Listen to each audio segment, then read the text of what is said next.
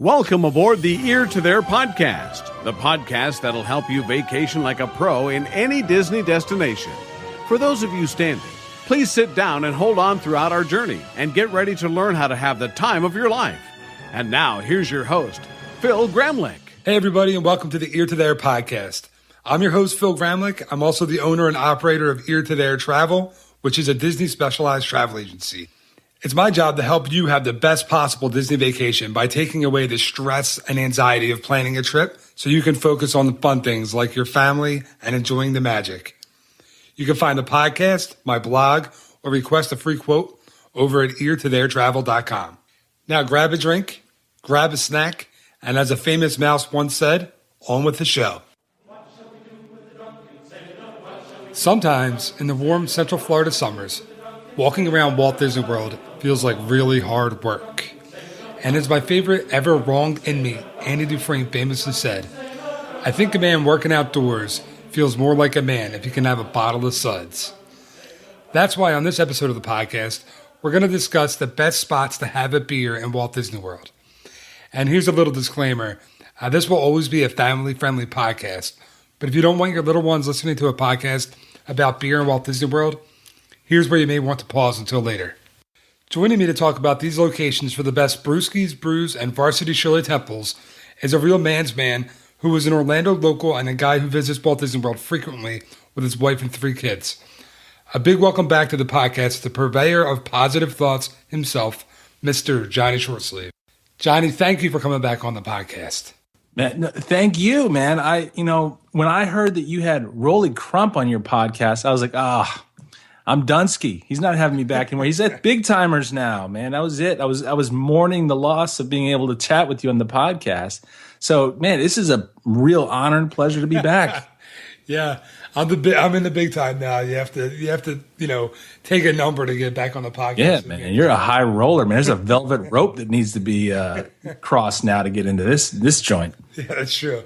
All right, well, that was a cool interview to do, I have to say. That's going to be one of my highlights for the rest of my life was I got to talk to a guy who has a window on Main Street. That's really cool. Man. Absolutely. Yeah, so all right, so let's get right into it. I know we both have a lot to say about this one. So, and there's really no shortage of cool places to get a beer in Walt Disney World. So, since you're the guest, why don't you start us off with your first one? All right. Well, let me tell you how I came up with my list. So, so you know that I live right down the street from the park, so I go there a lot. I feel very grateful for that, and I don't take that for granted 1 ounce. Every single day I wake up and I'm amazed at how blessed I am that I have this right in my backyard. So that, and then you add the fact that I'm a borderline cheapskate. I don't mind spending $1, but for example, I don't like to go through the parks and grab a beer just for the sake of grabbing a beer. Because for me, if I could go get a $8 Yingling at one of the little beer spots, I look at that and go, well, I could hold out for a few hours and go down to the Publix down the street and get a whole 6-pack for $6. Yeah.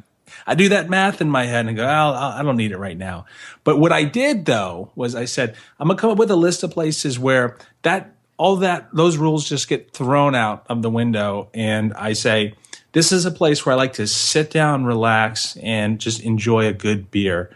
And it's more of an experience for me. It's not just the sense of, oh man, I need to take her down a little bit. I'm getting a little wound up here. I need to get a cold one in me. No, it's a spot that for me, it's a place to hang out with friends or with family. And enjoying a nice beer. And I'm not saying, when I say nice beer, I don't mean like I'm a beer snob, like it's got to be the super highfalutin stuff. I do like that stuff, but I got what people call range. I like the good stuff. I don't mind the cheaper stuff. I don't mind. I like Yingling too. Sure. Let me start with. It's a Pennsylvania beer, by the way. Yeah, I know. That's with the oldest brewery in America, or oldest family-owned brewery. What's the claim to fame? Yeah, I think the first one's right. It's the oldest brewery. That's what they go with. Okay. Yeah. I don't think that's true, but that's what they say. Yeah. No one's. It's like world's greatest pizza. Like, no, who's gonna call you on it? World's greatest cup of coffee from Elf. Oh yeah! Congratulations, you did it. So it's going to be more experiences and where I like to enjoy a beer there.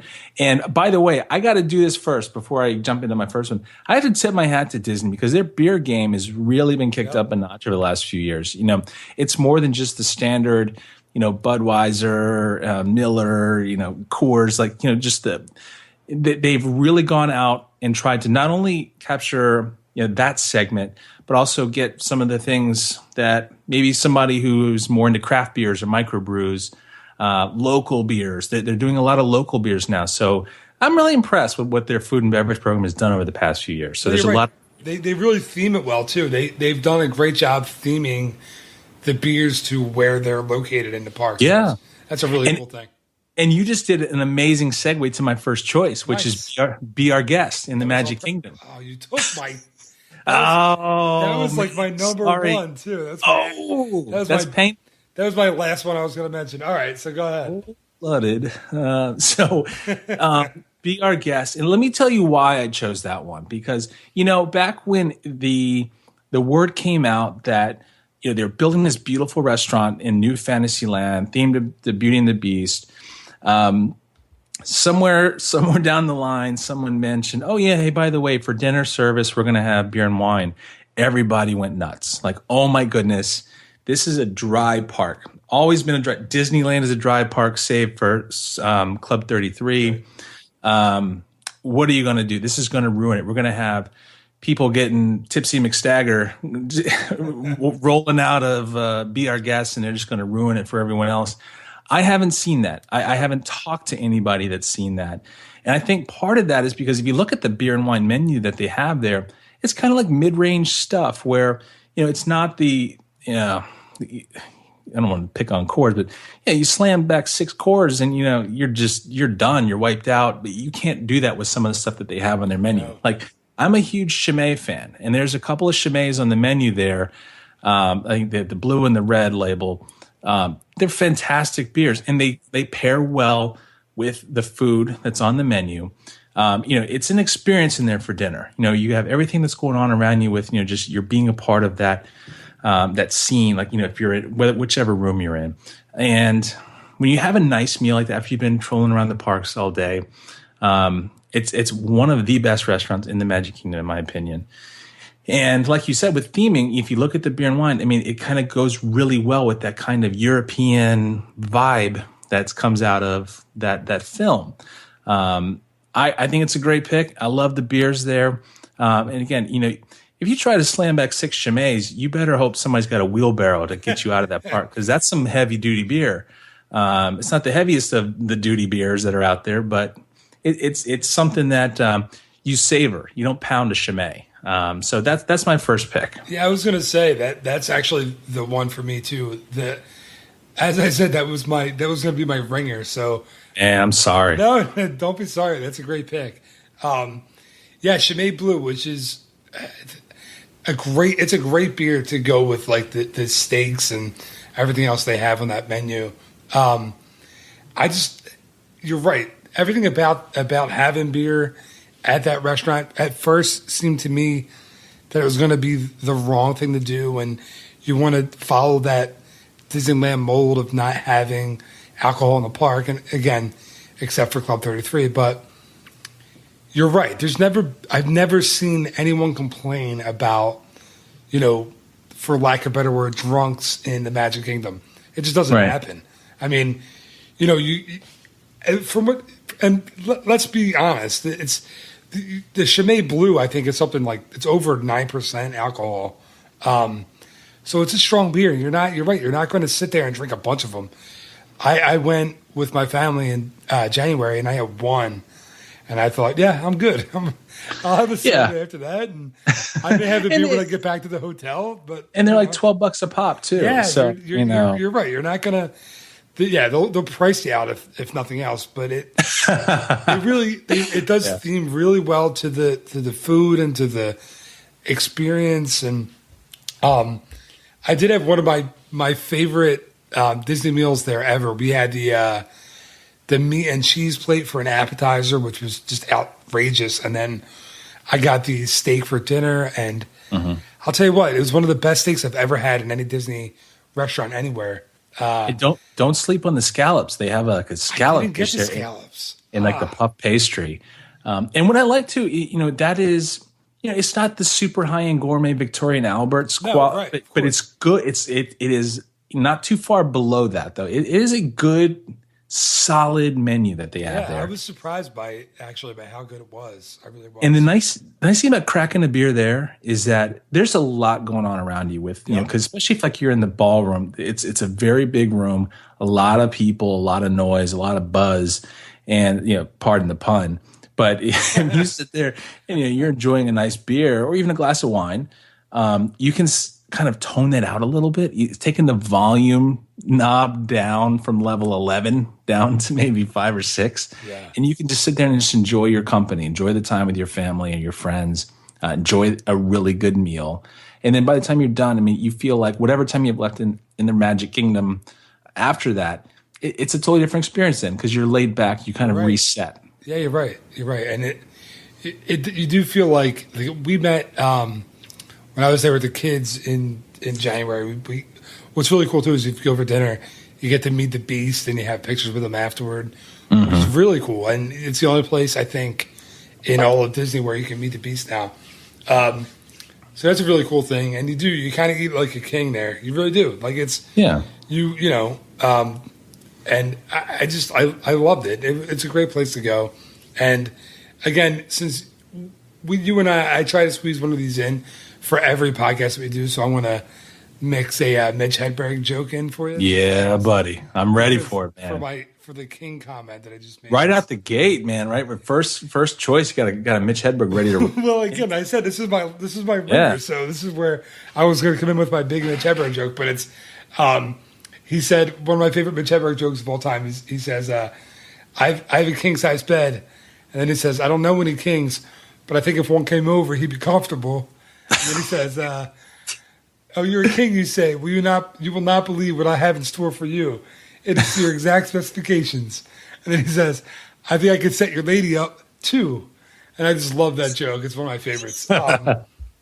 So for those of you who are listening to the podcast and have heard Johnny and I do these before, at least for the ones that he and I do, I'll try to do a Mitch Hedberg joke in every one. But yeah, that I do love that place, and you do really eat like a king. So that's a great pick. Cool, man. Sorry I stole it from you. Nah, dude, don't worry about it. That's why we don't talk about it. It makes it fun to not talk about it beforehand. Yeah. All right, so I'm going to go to a completely different park for my first pick. I'm going all the way across property to Disney's Animal Kingdom in Africa at Animal Kingdom, and I'm going with the Dawa Bar at Animal Kingdom. Yeah. This bar has been there since the park opened. I should know because I started working there like a month and a half after the park opened. And I worked in custodial in the Africa section, which was one of the greatest gigs I've ever had. It's a lot of fun, even though I never sweat that much in my entire life as when I did working in Animal Kingdom. It was, as you know, and as many people who are listening to this know right now, if you've ever been to Disney's Animal Kingdom in the summer, it's a different animal in there, man. I guess it's the foliage. There's no airflow. I don't know, but you sweat more in that park in the summer than you'll ever sweat in your entire life. There's no, I think the trees are blocking the air because if you go like around like World Showcase or sure. The Seven Seas Lagoon around Magic Kingdom, in front of Magic Kingdom, you get air, and if you're by the pool, you can be cool if you're under the shade. You can get a little breeze going, but there's no breeze in there, and it's just body heat. It is. It's pretty impressive, but. The bar is a great place to go, the Dawa Bar, because it's right in like that middle of the town square of Harambe in Africa at Animal Kingdom. There's a lot of time the atmosphere is just awesome because you have, the traditional, musicians playing the drums and the other, instruments in the middle of that little town square there. There's just a buzz going on because people are headed toward the safari. There's Festival of the Lion King is around the corner. Tusker House is right next door. Just a really cool location to stop and get a drink or a beer especially. and they serve a beer called Tusker beer, which is a beer that's imported from Nairobi, and they have it on tap, and you can get it in a bottle as well. It's a really, really good beer, and it's something that you can't find really anywhere. I've never seen it anywhere. There's a few places on Disney property that have it, especially at Animal Kingdom and Animal Kingdom Lodge. And I've actually seen it at Jack Lindsay's Hangar Bar recently. But, yeah, it's a really cool location, really cool music, just a great place to sit, get out of the sun, get out of the heat, have a drink, and have a good time. And that's a really interesting point because, definitely getting out of the heat is nice. But, you brought up the African beers. If you think about it, even if you go to some of like the specialty beer shops in your town, wherever you live, you don't see a lot of beers from Africa floating around. No. And the flavor profiles of African beers can be really surprising. And, it's kind of like, if you have to be adventurous to, if your palate is just accustomed to Budweiser, you might crack open, a St. George lager and go, what happened to me? What's going on? And it's not that different, but it's definitely, I think, a great thing to put on your to-do list for your travels there, especially if you're somebody who's kind of adventurous with food and beverages. So that's a good call.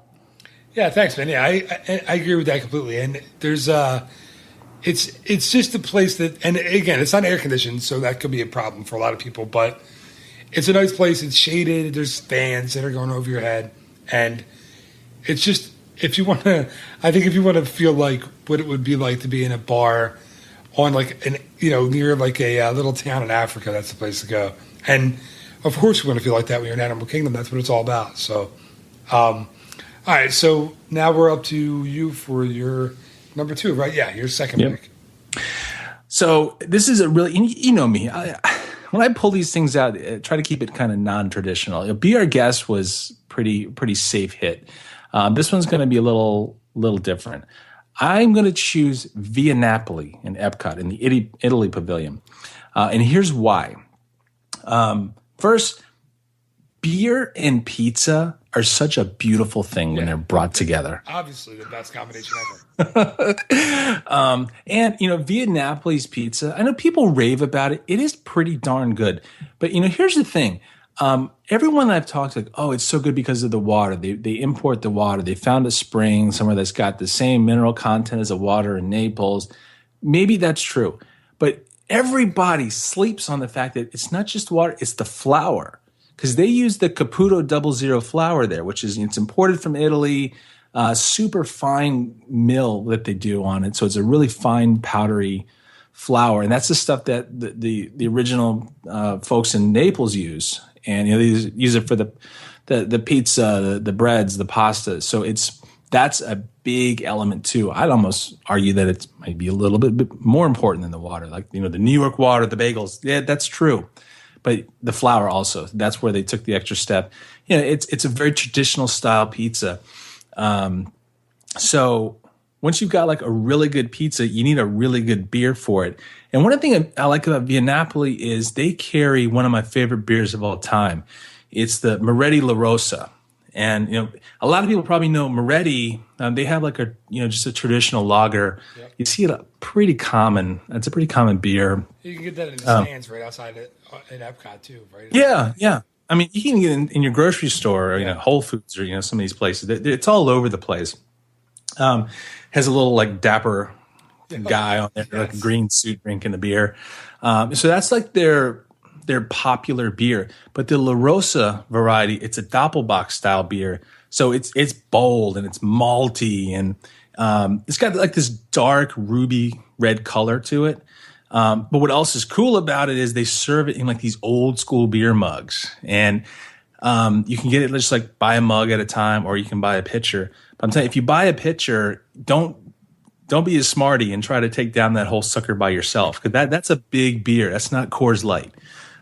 You will have a hard time making the walk from Italy all the way back to the bus stop or the monorail station if you do that, especially when you got some pizza in your belly too.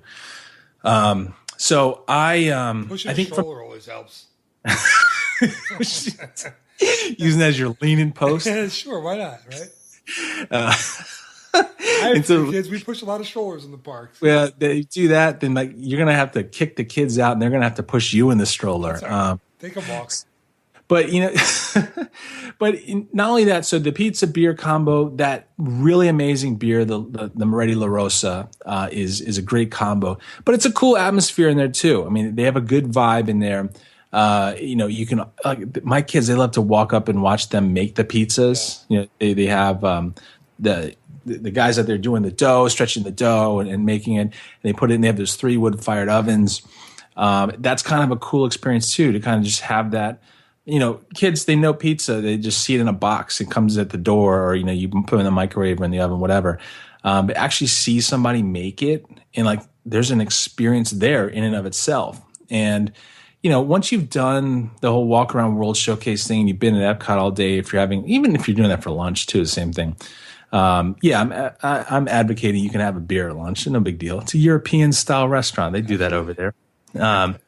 It's a nice combo. It's a very relaxing experience to me. And they have a lot of big tables there too. So if you're cruising around Walt Disney World with a large family or a large group of people with friends and family, that's a good bet, because they have not a lot of restaurants do that, by the way. I'm sure people have kind of figured that out if they've been there and tried that with a large group.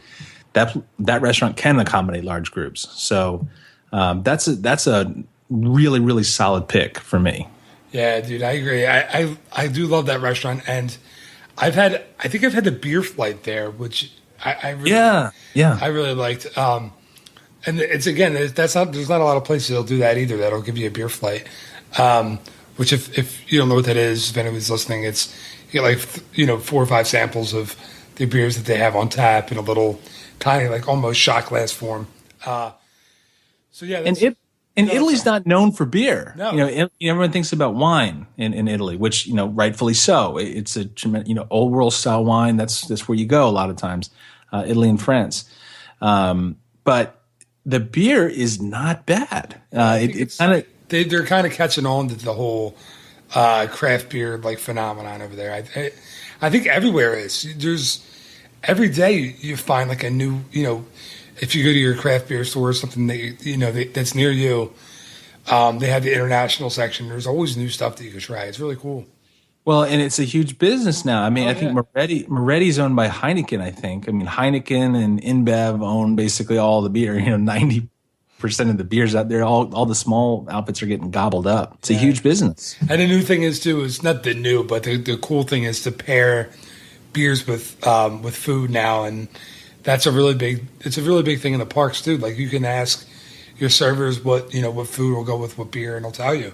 They know, they're instructed on that stuff. Hey, that's an amazing point. I don't know if you've ever talked about this in your podcast or to your clients who are planning vacations, but I don't remember the number, but there's an insane number of trained sommeliers on property in Walt Disney World. If not, there's obviously the master sommelier designation. There's only 500 of those in the world or whatever.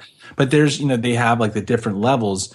It's in the hundreds of people who have been trained to some degree to be a sommelier. And that's not just wine. Everyone kind of associates that title with wine.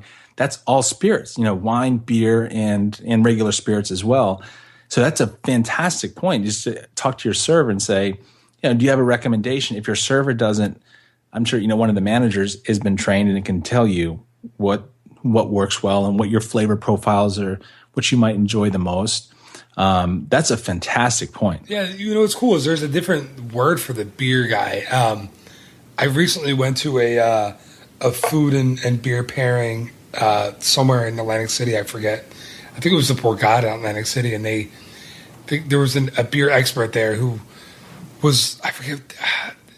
I'm sorry, I forget the name of it, but he had gone to college. Which, if I had been in college and there was a beer major, my lord, I would have been summa cum laude for that one. But it was your minor. Yeah, would you minor? I think I double minored in beer in college. I minored in beer and double minored in fraternity parties. But there's a different name for it. But I feel bad because I forget the name of it, but yeah, he was explaining that he could pair beer with any food, and one thing that he told us, which I thought was really cool, was match the color of the beer with the color of your protein, and you'll be fine. So, with chicken, that's interesting. You want to do a lighter beer with any kind of beef. You want to do a darker beer, and he said that is how you kind of do it if you're a rookie. So that's my beer sommelier, because I can't remember the name of the guy's position. That's my advice for rookies like me who are trying to pair beer with food, is match it by the color of the protein. That's a really interesting idea. Yeah. So, all right. So, I am going to go from Epcot over to Disney Springs for my next one. And it is one of the newer Disney Springs locations.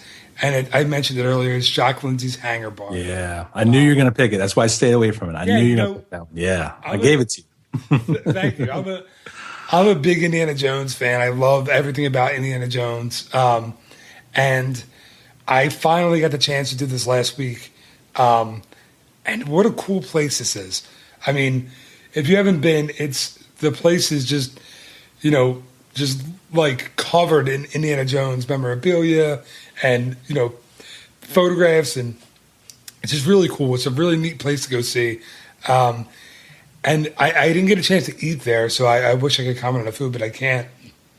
But the beer selection is great. I was speaking about earlier the Tusker beer at Animal Kingdom. I actually have one there at Jock Lindsay's Hangar Bar. But it's a really neat atmosphere. There's an outdoor portion. There's a little boat outside that you can sit in. And the whole the landing section at Disney Springs is beautiful the way they set it up. It's such a neat way to spend an evening. So I'd say, you go there, you get a beer, get an appetizer, then maybe go over to the boathouse for dinner. It's just a really, really cool place to have a beer. So I'd say, I don't have a ton to say about it, but there's actually one thing that I loved about this place was behind the bar.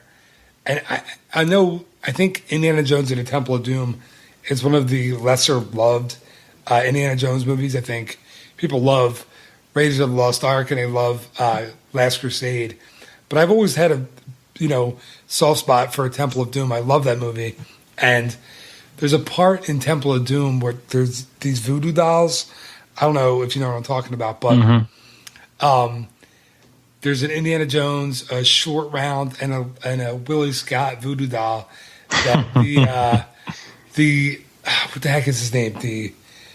I forget what he is. He's like a prince or something that's been turned to like the evil side in the Indiana Jones universe, and he uses these voodoo dolls to hurt them. And they have these replicas of the voodoo dolls behind the bar. And it's such a little detail, but as soon as I sat down, I saw them, and I was like, oh, man, that's cool that they have the darn voodoo dolls from the movie in there. So if you're an Indiana Jones fan or a beer fan, that's a great place to go. And that's a shining example of what Disney does that I think is totally amazing is the amount of detail that they put into these projects, whether it be something like Jock Lindsay's or an attraction or, a show theater or a resort hotel. It's so easy to, I think every day, just kind of natural with our society, just be constantly running, going everywhere. You just move, follow a schedule. And when I talk to people about, hey, and people ask, well, what should I do? I said, don't plan your schedule so rigid where you can't stop and look at that stuff and really savor what you're seeing around you. Because, if you're somebody who hears all the buzz about Jock Lindsay's, like, okay, cool, I want to go there, I'll grab a drink, and then I'm going to go, and then I'm going to go to the next thing, and then boom. And then, no, take it slow, because you are going to see those little details like that. And it's going to be great. Even if if you're not sure what it is, the cast members in there are kind of, they're coached up to have a really good, give the guests a really amazing experience. I think, I don't give a lot away, but they're not just going to say, oh, that's from boom. There's going to be a little bit of conversation there, and it's going to be fun. It is a fun experience. Yeah, I agree. If you see me in there, I could probably explain every piece of memorabilia. I've seen every one of those movies probably 50 times. So, yeah, you're right. It is one of those places that you really have to take your time and look around. And there's things from every movie in there. There's things that need to be explained pretty deeply, and other things that you'll notice right away. And again, if you're gonna go to the bar, grab a beer, and walk around, it's really the perfect place to go. It's such a I could spend, any Indiana Jones fan could spend hours and hours in there. I really think so. So it's a really cool place. Good choice. Yeah, thanks, man. So we're over to you for your next one. So my second choice was Via Napoli, and my third choice, we won't have to stagger too far to get a good beer, is the American Adventure Pavilion over in Epcot. Here's why. They have two different spots on a regular basis. They have the Fife and Drum, or now they have Block and Hans, where you can grab some beers. When they have Food and Wine Festival, even right now during Flower and Garden, they have the special booze set up. You can get some different offerings there as well. So a third choice. But the reason why I like this spot is because, wide variety. Like, Fife and Drum has Sam Adams. I'm a real big fan of Sam Adams, and really bought into the story, what the values are. I know a lot of people are saying it's become like a big corporate beer now, but it's kind of hard to argue with a good Sam Adams Oktoberfest. I love Oktoberfest. I love that.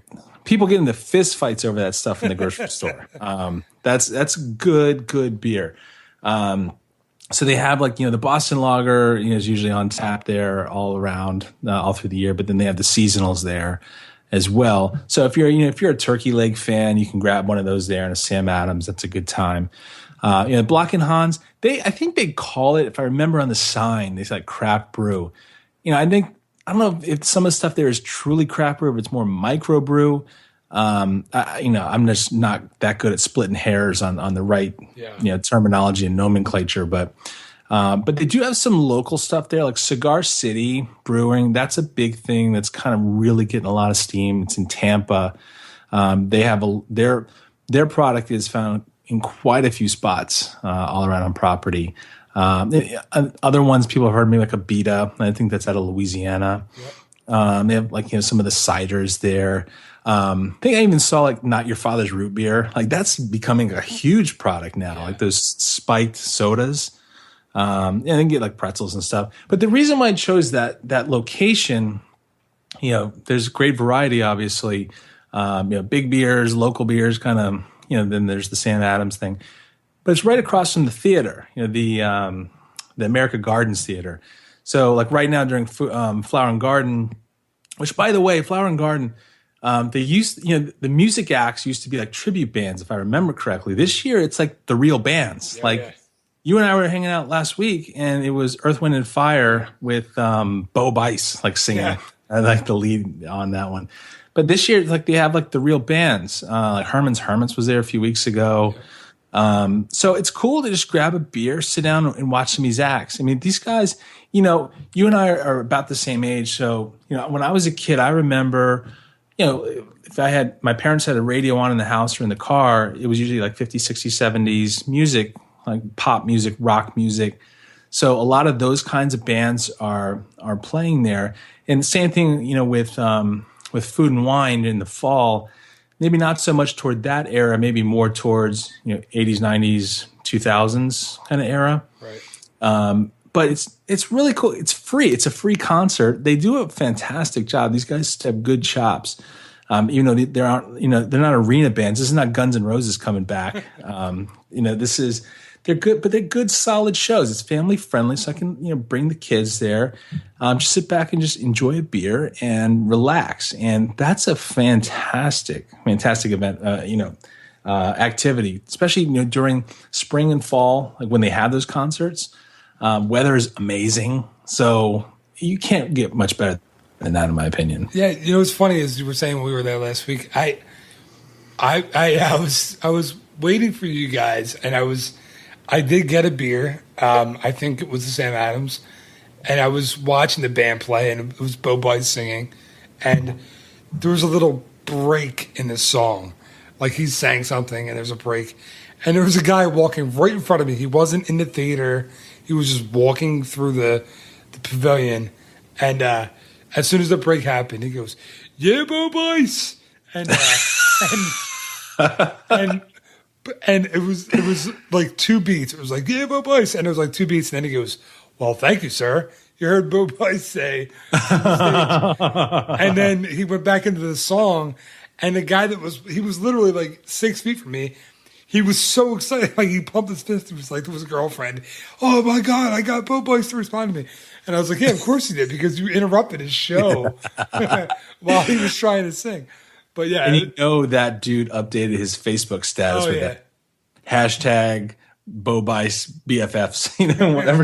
He was totally stoked about that. That's fun. I'm sure he was, but listen, I do love the that pavilion. It's a great place to get a drink, or more specifically a beer. And you're right that the Black and Hans they have a Beta, they have the local Cigar City, which has like I think it's the High Lie IPA, which is a really good beer. So yeah, it's a great pick. And I've seen in that theater, I've seen Chubby Checker, I've seen Spaceship, or Jefferson Spaceship, or Starship.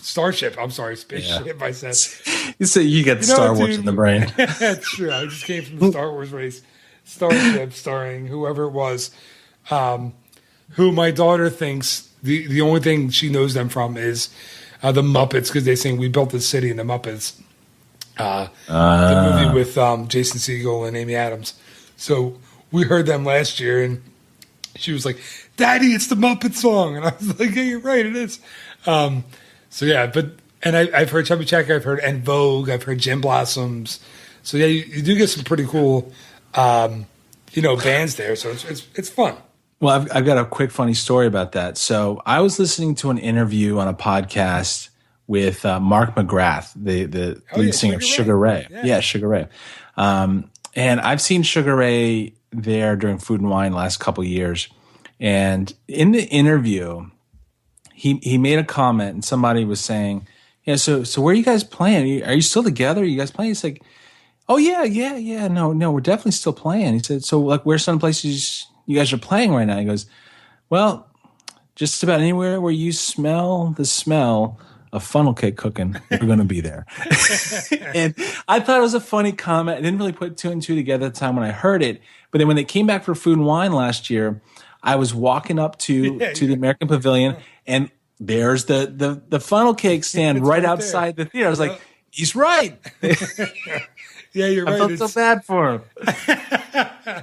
I remember seeing Sugar Ray live, like back in with the late '90s when they really hit it big, and they were playing like an arena, like on a big ticket like festival show. And then saw them just there. I was like, they still got it, man. They sound good. They do. They do. It's funny is, speaking of beer and old bands, I just was at a beer festival in Atlantic City, and we saw Rusted Fruit play, and I felt really bad for them. Oh, really? That's a bummer. They're like a jam band, man. Never Send Me My Way. Remember that song? Yeah. They were like one of my favorite bands of all time is Dave Matthews Band, and I'm definitely gonna. Oh, see, I didn't know that about you. That's cool. So I'm a big Dave Matthews fan, and I think I'm gonna get some hate mail about that, because it's so funny because a lot of people hate the Dave Matthews Band, and then just as many. I don't think they hate the Dave Matthews Band. I think they hate the Dave Matthews Band fans. Yeah, it's like a cult is what people dislike about it. That might be true too, but yeah, it's kind of hard to argue with the guy's music. I mean, but I think they're like the one band that came out of that whole, like that whole era that made it into the that went a little bit longer than Rusted Root and those other guys. But anyway, they're still rocking. They are still good. We're going to see a concert this summer, Amy and I, so I'm excited. All right, so that was your number 3. That was my third one, yeah. All right, so now we're going to go to my third one. And I only have one more after this one because one of mine was stolen. Awkward. My number 3 is we're going not very far from that theater over to the boardwalk, and we're going to Big River Grill. which I've talked about before in this podcast. And I tried to choose places that I hadn't talked about before, but I couldn't leave this one off the list because it is all about the beer at Big River Grill for me. It's the only, as far as I know, brewery on Disney property. And it's not, they have other ones in other locations, but this is, it's a great place to get a beer. They have several different, varieties of beer. It changes. Some of them change seasonally. But they have, there's your standard, like, almost like Miller Lite beer and their Pilsner. They have the Rocket Red, which is a really, really good beer. That's one of my favorite ones I get every time I go. And they have a stout, and then it's seasonal, so they'll have a different one every season. And it's really a great place to go if you want to go like watch a game, but you don't want to deal with the crowds at ESPN because, to be honest with you, the crowds over there for any kind of playoff, NBA playoffs, NHL, World Series, college football, anything like that, the crowds at the ESPN club get a little nuts. You can't get a seat. But They have the same games on over at Big River Grill, and usually you can walk right in and get a table and get a good view of the TV. And the beer's even better over there. So to me, the food is really, really good too. They have really good burgers, good, fish sandwiches, great entrees, good appetizers. The atmosphere is great because you're right on a boardwalk, especially at night when you go outside and, the whole thing's lit up and you have all the entertainers out there. And it's a really cool place to go. And again, the beer is excellent. So if you're a boardwalk or if you're in that area, if you're at Epcot and you're looking for a place for lunch or dinner and you want a nice, different kind of beer, I think that's a great place to go. So when I was doing my list, I totally forgot about that one. But tonight, not to rub it in, I was walking right past it. Nice. I took a walk around that loop around Boardwalk and Yacht Club and Beach Club in that area. And I was walking past Big River Grill, and I was thinking, oh man, that would have been a good one for the list. Yeah. So you got it, man. I'm glad you picked that one up. Yeah, it is a great place, and again, the beer is really good. It's something that you're not going to get anywhere really, especially on Disney property. So if you want really fresh beer, you want a cool atmosphere, you want to leave there and go play the basketball games on the midway games on the boardwalk, or you can even walk not very far and see the illuminations fireworks from the bridge there, separating boardwalk from like that walkway to Epcot. So yeah, it's a really neat place to go. So if you haven't been there, again, it's such an easy walk from Epcot, especially if you have even if you don't have park hopper passes, if you just have one day one park, you can leave the park for a little while, go over there, and then come back. So it's a really cool place to go. Or if you're at Hollywood Studios, you can hop on the little boat. Or you can walk. That walk is, I love that walk. It's not a bad walk. Yeah. I mean, and the benefit of doing the walk from Hollywood Studios over to Boardwalk instead of the boat is that when you finally make it over there, you can have a little fun. You can say, I might get a couple beers with that burger. Because I've been burning a lot of calories. I need to replenish. And there's also this is not a beer, but they have beers at the stand. But if you're walking from Hollywood Studios to Epcot and you take the boardwalk side, you can stop at the Margarita Joe's stand there, get yourself a nice cold margarita, or they have beer. You can get a beer, but you don't have much of a walk. It's like a 3-minute walk between that and the front of the International Gateway at Epcot. So you kind of have to go fast. I get a frozen margarita there sometimes between the walk, between studios and Epcot. And then all of a sudden I'm, 10 feet from the Epcot entrance and I have 3/4 of a margarita. And I'm like, oh man, I have to finish this before I get in there because they don't let you bring drinks in from outside, even though it's still on Disney property. So let me just throw a word of caution out to anyone listening who's planning a trip around that whole circle, the boardwalk area, and grabs a margarita or has a few beers over at Big River or wherever at nighttime. If you decide you want to rent one of those Surrey bikes at night, you got to be careful because you're gonna find yourself like deer in the headlights with the people who've had a few margaritas and they don't know what to do, especially because there's those hills, you know. Yeah, you don't expect those hills coming. Yeah, there's some hills that are pretty steep, and there's some sharp corners where people have to make some super hard turns, and they're a bit almost tipping those things over. And then you got somebody who's staggering around the loop there, and they've had a couple that been in the elbow all night, and they all of a sudden you find you're in a near collision situation. So if you're on a Surrey bike, be super careful at night. Daytime's better than nighttime. You got to watch out for those people who are doing the 12-ounce curl all day. The 12-ounce curl, love it. All right, so you're up, I think, for your yeah. So I have one here. Again, non-traditional, but this is one of those go with me kind of things. So, Yak and Yeti Local Food Cafe over in Disney's Animal Kingdom. Now, so most people know Yak and Yeti as they think of it as the big table service restaurant. But next to it is a little quick service spot, which serves very similar menu. My go-to there is the honey chicken. I've heard people say it's pretty darn close. They kind of try to do like a comparison to the honey chicken you get inside at the table service restaurant, which costs $20. Outside it costs $10. You do the math. The cheapskate here is talking. But hey, look, it's no fuss. You walk up there, you might wait 5 minutes or so. They roll people through pretty quickly. If you go a little on the earlier side, you won't have as much problem finding a table. If you're there at noon, you might have to wait a few minutes and do a little circling around like a hawk to try to find something. But you go a little early on the earlier side, catch a lunch, and grab a table in the shade. And they have a safari amber there that it appears a lot of different places around Disney's Animal Kingdom, and I think even in the lodge too, Animal Kingdom Lodge, you can find this beer. Correct me if I'm wrong. I think it's an Anheuser-Busch product. They've kind of packaged it to make it look like it's a microbrew or a craft beer, but it's really owned by the big boy. But here's the thing. Now, not only is it cheaper, not only is it good food, the beer is really great. The amber beer and the chicken, I don't know. It goes against what your buddy told you in Atlantic City because it's a darker beer, light protein. But here's the thing. It's a good quality beer. I think it tastes great. But here's the reason why I go honey chicken. I've been pushing that so hard. If you've gone around the safari in the morning or you've gone around Pangani Forest Trail or any of the wildlife expeditions, and all of a sudden you go down to Flame Tree Barbecue and get a rack of ribs. You're like, oh, wait a second. I just saw these majestic animals trolling around here. Am I eating one of them or what's the story here? I feel weird eating red meat at Animal Kingdom. So I'm kind of on the hunt for chicken because I don't see chickens on display at Animal Kingdom. I don't feel weird about eating that. Are you sure you're not eating an African crown crane? Because you might be.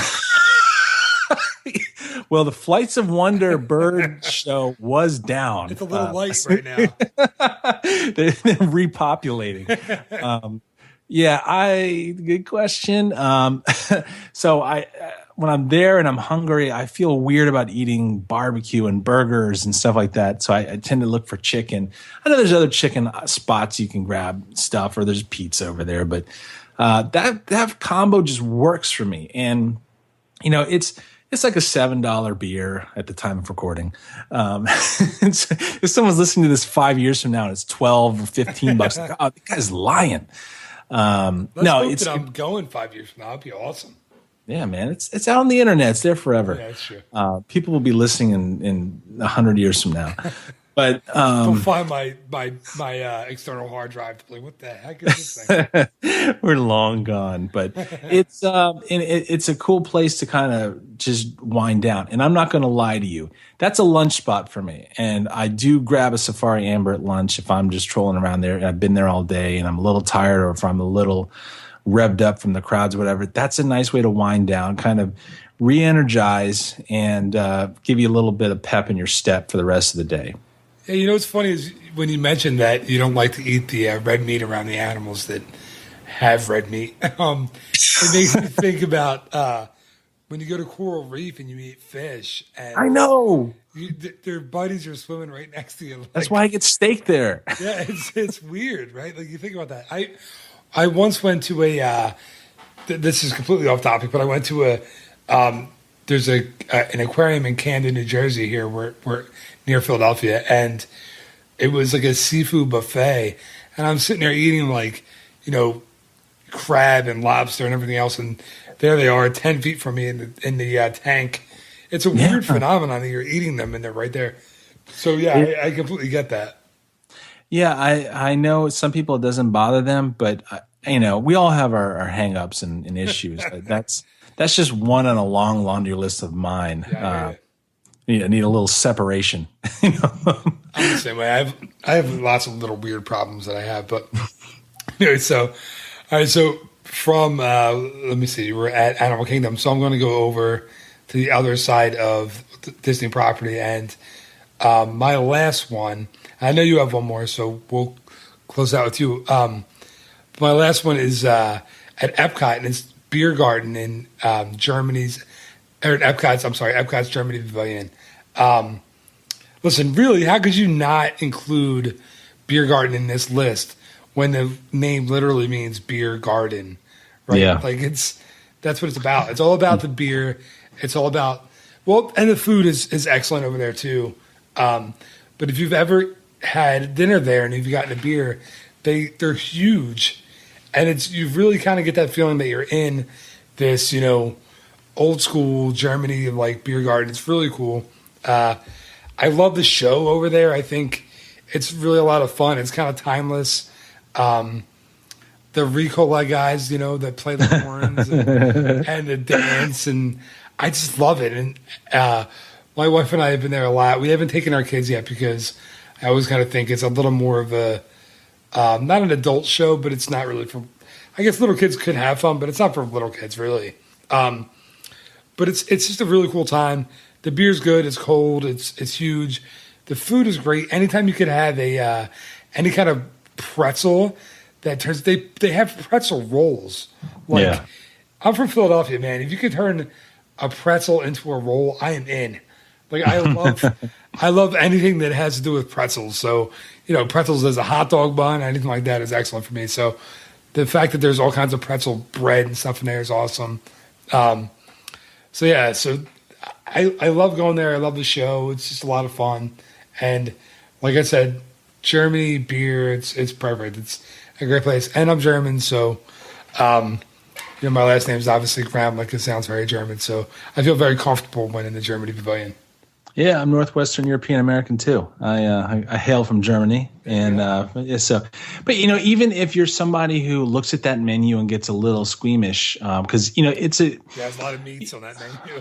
A lot of meats, a lot of cabbage, and that kind of stuff, and sauerkraut, whatever. I mean, it's not like Italian fare. I mean, Italian fare is everywhere here in America. German isn't, and people just aren't used to it.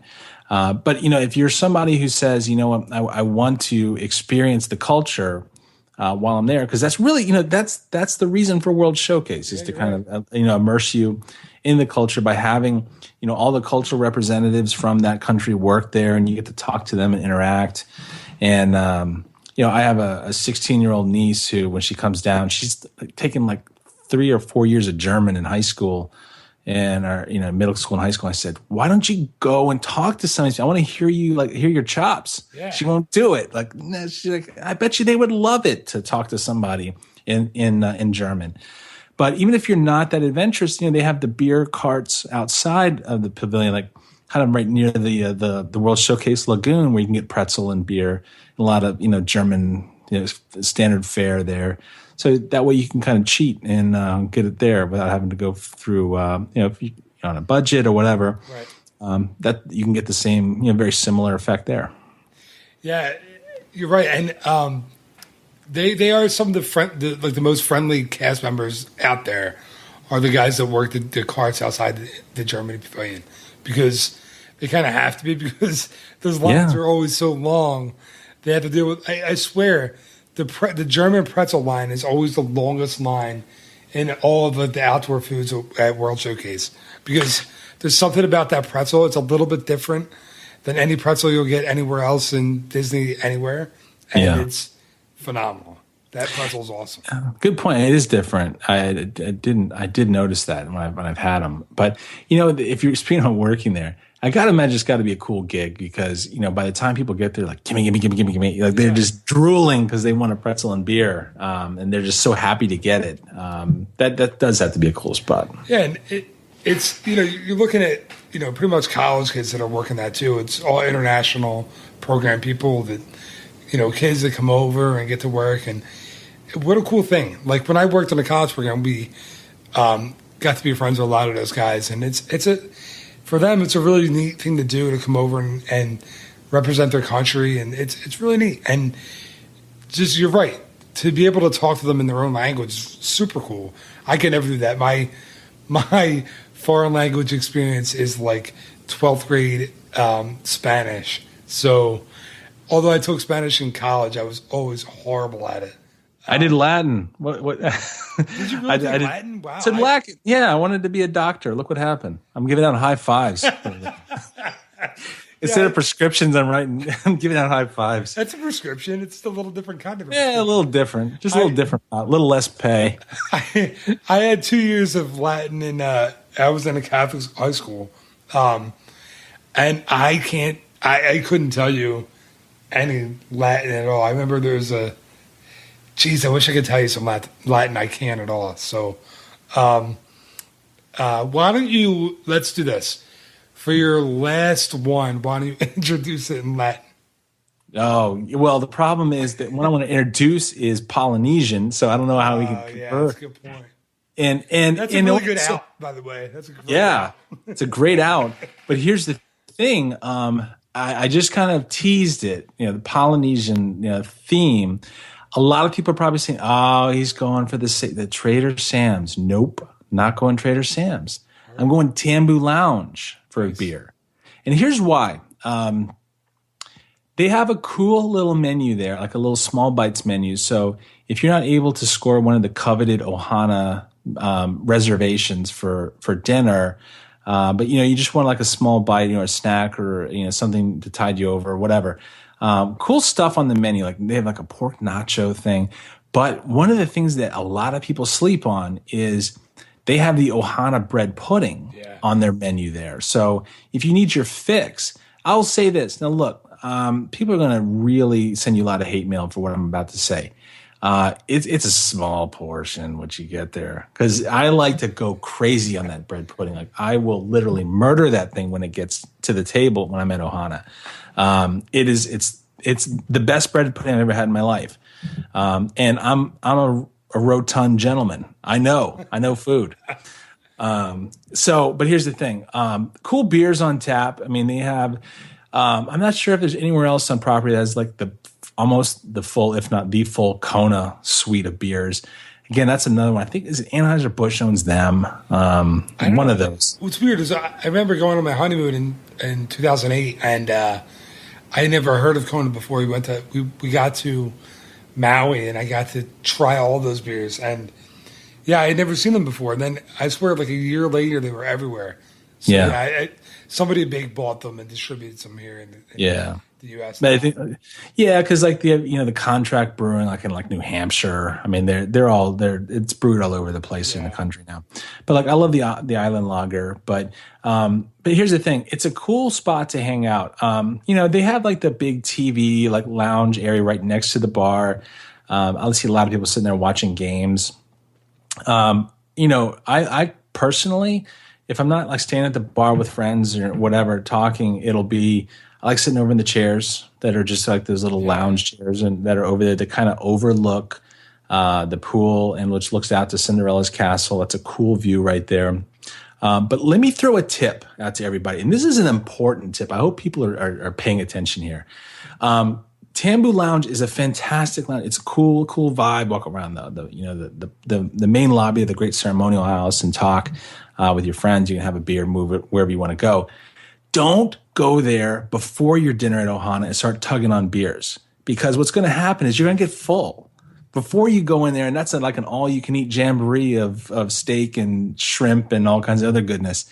You can't do it full bore if you got a belly full of 3 beers. That's true. So you gotta be smart. Just get the water, just to kind of prime the tank. And I think that's why they do it. They have the wait staff kind of cruising around and really pushing you. Hey, what can I get you? And know that you're waiting for your table at Ohana. And you figure, hey, if we get this guy like 3 sheets to the wind before he comes in, he's not going to be able to knock down $30 worth of top sirloin on us or eat 17 shrimp. So take it easy. Reserve the Tambu Lounge for the time when you're not eating the Ohana dinner. That's funny. I never really thought of that, but yeah, you might be right. How do you think I got to the size, man? It's not an accident. This is all premeditated.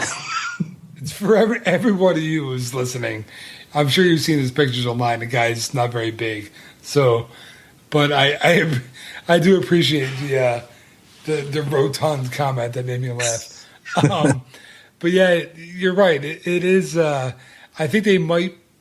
You might be better off just having a couple glasses of water, maybe a Diet Coke before you go in there to Ohana. It is it's a big meal, man. You really do. If you plan it right, you can put a lot away and take advantage of Disney as much as you can. So yeah, well, I see people drinking that bar is famous for the fruity cocktails the Lapu Lapu, and they'll get these scratcher. Yeah, the back scratcher. They get these things with like 151 in them, and they're hammered like after one drink. You can't.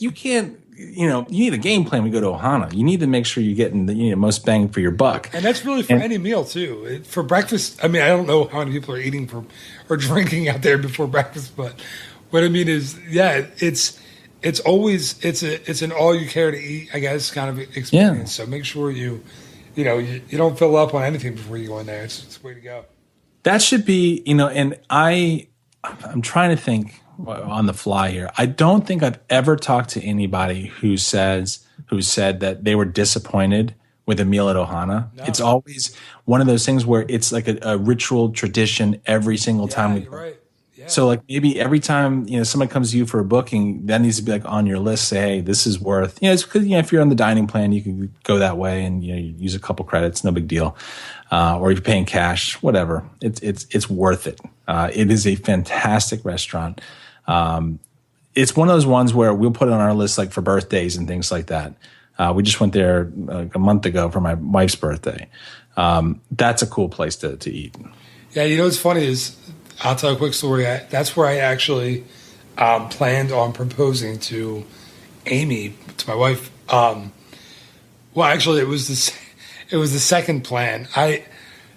We came to Walt Disney World, and I had the ring in my pocket, and I first planned to propose.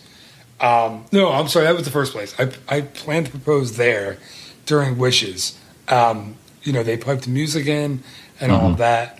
And we got seated next to a group who was very loud and who, were talking during the entire Wishes and being really loud and screaming at each other. And I figured, this isn't going to work for me. I can't propose here. And meanwhile, the ring was freaking me out. It was still in my pocket. So I said, let's go. We'll just get out of here. We'll go somewhere else. So we finished our dinner. We paid our check. And I decided, you know what? I'll propose outside at the Polynesian Beach. And we walked outside, and there was 100 people out there waiting for Wishes to start. And I was like, man, I can't do it out here either. So the poor girl, I said, let's just go to Magic Kingdom. Because I just had to get this ring out of my darn pocket. So we went to Magic Kingdom, and I was going to propose there. So we walk up to the gates, and it's like 10 minutes before closing. So the cast member at the turnstile tells me, we're not letting anybody else in. And I look at him, and Amy's behind me. She can't see. So I pull the ring out of my pocket, and I open the box, and I show the guy, and I go, dude, you have to help me out. Like, seriously. And he looks at me and goes, all right, go ahead. Just go ahead in. So I grab her by the hand, and she tells me, I have to go to the bathroom. And I go, later. Let's go later. So you don't. So I pull her up up Main Street to Cinderella Castle, and Wishes is still going on. And I proposed, in front of Cinderella Castle, and it was the most rushed situation ever in my entire life. But actually, worked out pretty well because she said yes, and here we are, 3 beautiful kids later, and we're good. But it was easily my third plan. It was kind of on, just on the run. I ended up proposing, but it worked out. But how awesome would it be if you had like the ring, like fish within like a couple of shrimps on the skewer, so that when they slide the shrimps on their plate, like, ooh, what is that? Clink. I wish I would have that kind of foresight. Instead, I was like, or in the bread pudding, like in the sauce that they pour over it. As soon as they pour the sauce. Yeah, I've heard, you hear horror stories like that, right? Where people like somebody eats a ring. So I'm glad I didn't do that. That's an easy way to get it botched, but that's a good lesson there for anyone who's thinking about proposing at Disney, because it is an amazing place to do that, and but it can be the moment can be easily I don't want to say ruined, but it can be tough depending on where you are, what time of the day.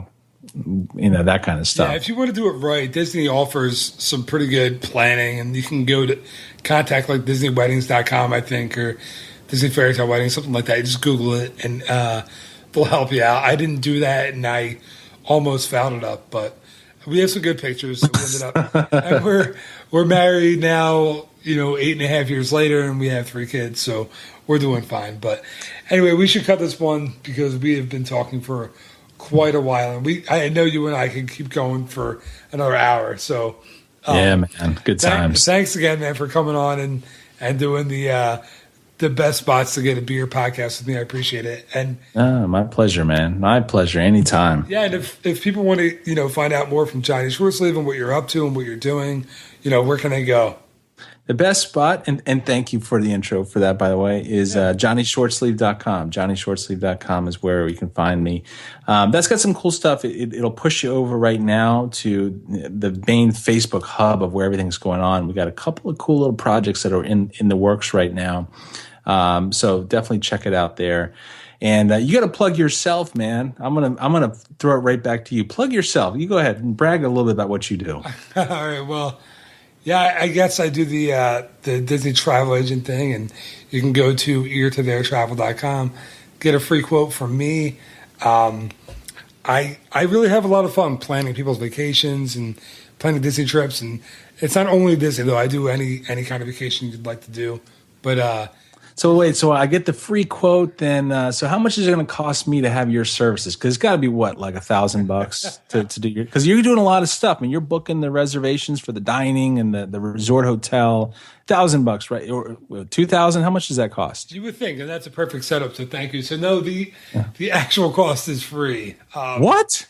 That's true. I know it's wait. It's hard you're to messing believe. with me, man. Is that like friend rate? Is that the friend rate free? We'll say yes. That is the friend rate. If you listen to this podcast tonight, and only tonight or today, whenever you're listening, yes, if you go to eartotheirtravel.com, you can get a free quote, and I can give you a no-cost planning plan. I don't know how to say it. But so wait, where's the catch, man? It's free. There's no such thing as a free lunch in this world. Who pays for all this stuff? Yeah, so you're going to let Disney be on the hook. Ah, for me. How about that? The friend rate. I like it, man. Yeah, so Disney's going to pay for me to get all your services. I like it. That's true. So Disney will pay me to plan your entire trip. So it's actually really a win-win for everybody, because you want to make Disney spend more money, right? And I want to make money, a little bit anyway. And I want to actually help people have the greatest trip. And I think I can do that. So, yeah. So, you think about like all the time it takes. I live here. I don't do a whole lot of that anymore. But before I lived here, the time it would take me to plan out where I wanted to eat and then get on the computer and try to find the reservations and the dates and oh my goodness gracious, the time, the aggravation. You're saying you're going to do that to me for free? Woo! And I can sell you a sham wow right now. But wait, there's more. Do you want the sham wow or not? Yeah. Yes, I can do all that for free. So thank you for the plug. I appreciate it. But Yeah, that's a good thing is, me or unfortunately, I will mention any other Disney specialized agent, if you choose not to go with me, can do all that for free. No. I'm going with you. There's no doubt in my mind I'm going with you. And I think everyone listening should go with you as well if they know what's good for them. Thanks, man. I hope so. So, all right, man. Thank you again for being on. It was a lot of fun. And we're going to do another one of these really soon because it's always fun doing these lists with you. It's a good time. Likewise, man. Thanks for the opportunity. All right, man. Well, go get your beer, crack it open now, have your little celebratory one after the podcast, and we'll talk soon. That's how we do it, man. We'll see you. All right, bye.